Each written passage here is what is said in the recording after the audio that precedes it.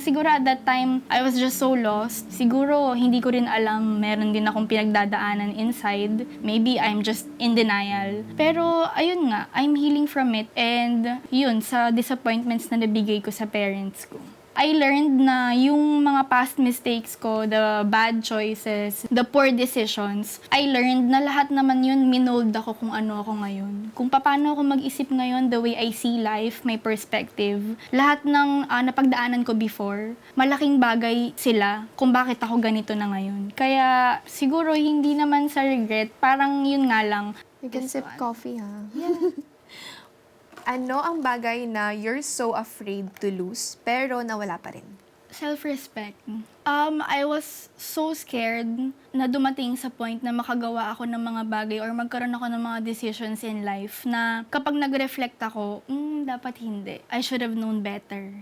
Alam mo yun. Kasi I feel like pag nawala na yung self-respect, hindi mo na rin alam yung worth mo eh. Yung value mo. You're all over the place because hindi mo nga alam yun eh. Hindi ka aware sa kung para saan ka lang dapat. Kung para kanino ka lang dapat. You know, you're always available sa kahit kanino, sa kahit kailan, kahit anong pagkakataon. And yun ang akala ko, I was very scared na mawala yung self-respect ko. But then, hinayaan ko siyang mawala. But still, kasalanan ko pa rin naman. There's no one to blame but me. Kasi nga self-respect eh, di ba? Pero I'm very happy na na-regain ko naman siya, no? May mga, yun nga, meron lang talagang mga poor decisions back then na kapag inaalala ko ngayon parang, dapat hindi. Ganon.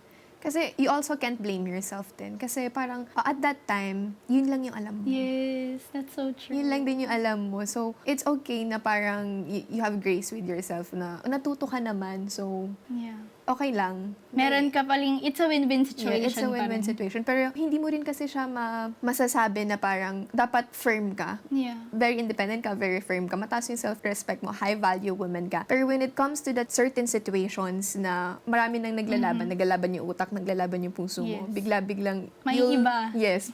You'll have no choice para lang din na parang mawawala na lang din yung self-respect mo Yes. for the sake of, alam mo yun, hindi mawala yung bagay na gusto mo. Yes. Hindi mo gusto mawala. That's true. Oh, pero Diba? ang galing kasi na-regain mo siya. Yes. Paano mo naman siya na-regain? Siguro by slowly, nag-reflect ako sa mga ginawa ko, sa mga naging decisions ko, sa mga naging choices ko. And siguro, na-regain ko siya by making a commitment to myself na I would never go back to that situation or to that doing. Alam mo yun, yung parang, ay, hindi na. I'm okay. Napagdaanan ko na yan, nagawa ko na yan, pero I will never go back. I'm okay. Yung parang mag-focus ka na sa sarili mo, hindi na sa kasiyahan mo lang, pati sa kasiyahan ng mga tao sa paligid mo. Parang you now know better. Yes. Sana. So, losing something opens another door for a new beginning. Huwag matakot to take this moment. Yeah, tama. Okay, for another card, isa-shuffle ko lang siya. Okay. Sige, feel free. Ooh, okay. Tell me what scares you about your future.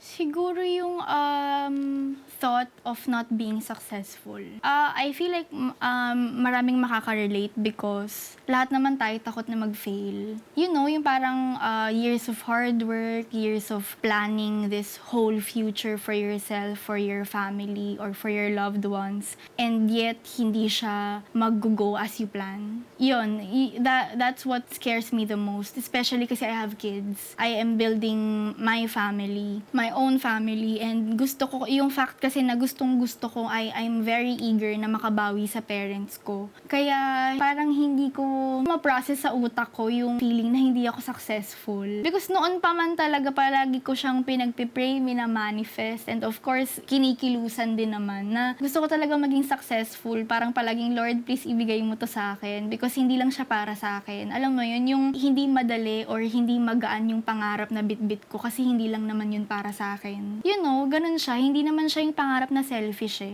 Yung para lang kasi, para mabili ko yung gusto ko, para sa akin. Hindi naman siya ganun. Pero wala namang masama doon. It's okay if you want, you know, na maramdaman yung success to yourself. Pero it's masarap din sa feeling, masaya din sa pakiramdam kapag na-share mo siya sa mga taong nag-help sa'yo na makarating dun sa estado na yun. Also, iba na rin kasi kapag mom ka, yun nga, sabi mo kanina, hindi na lang sarili mo iniisip mo. Yes. Hindi na rin future mo, pati na rin yung future nila. Yes. Actually, mas lalo sa future nila. Kasi ikaw kaya mo yung sarili mo eh. Parang kung madapa ka man, makagawa ka man ng hindi maganda, alam mo kaya mong makabawi eh. Because you have no choice but to do it. Kailangan bumawi ka, kailangan bumangon ka. Hindi mo alam kung paano sila kapag sila na. Or magiging able ka ba to help them? If yes, anong help ang maibibigay mo sa kanila? Parang palaging ganun eh. Kaya it's more like sa future nila than sa future ko.